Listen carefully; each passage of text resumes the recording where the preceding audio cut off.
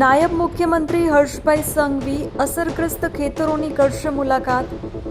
દક્ષિણ ગુજરાત ખેડૂતો પાસે વિગતો મેળવશે।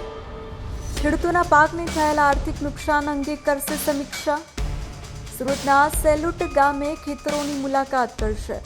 ખેતરોમાં રહેલા ડાંગરના ઊભા પાકને થયેલા ભારે નુકસાન અંગે કરશે સમીક્ષા।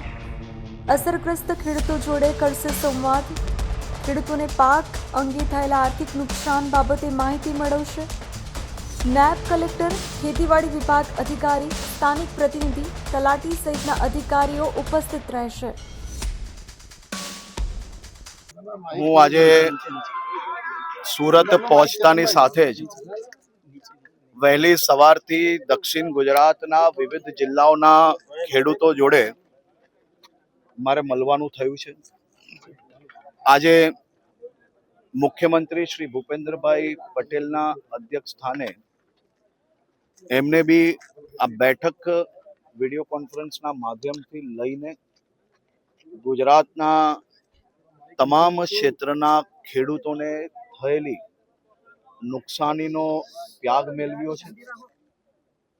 જે દિવસે અડધી રાત્રે આ ભારે વરસાદ ચાલુ થયો,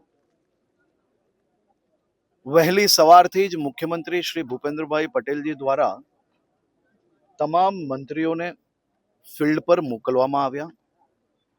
તમામ વિભાગોને એમને ત્યારે જ સૂચના આપી કે વધુમાં વધુ ખેડૂતોની સાથે રહીને કઈ રીતે મદદગાર થઈ શકાય તે દિશામાં કામગીરી ચાલુ કરી લેવી। હજી તો વરસાદ બંધ બી નહીં થયો તે પહેલા આખું તંત્ર, સૌ મંત્રીઓ એ તમામ ખેડૂતોના સહયોગમાં સાથે ઊભા રહીને કામગીરીની શરૂઆત થઈ ગઈ છે।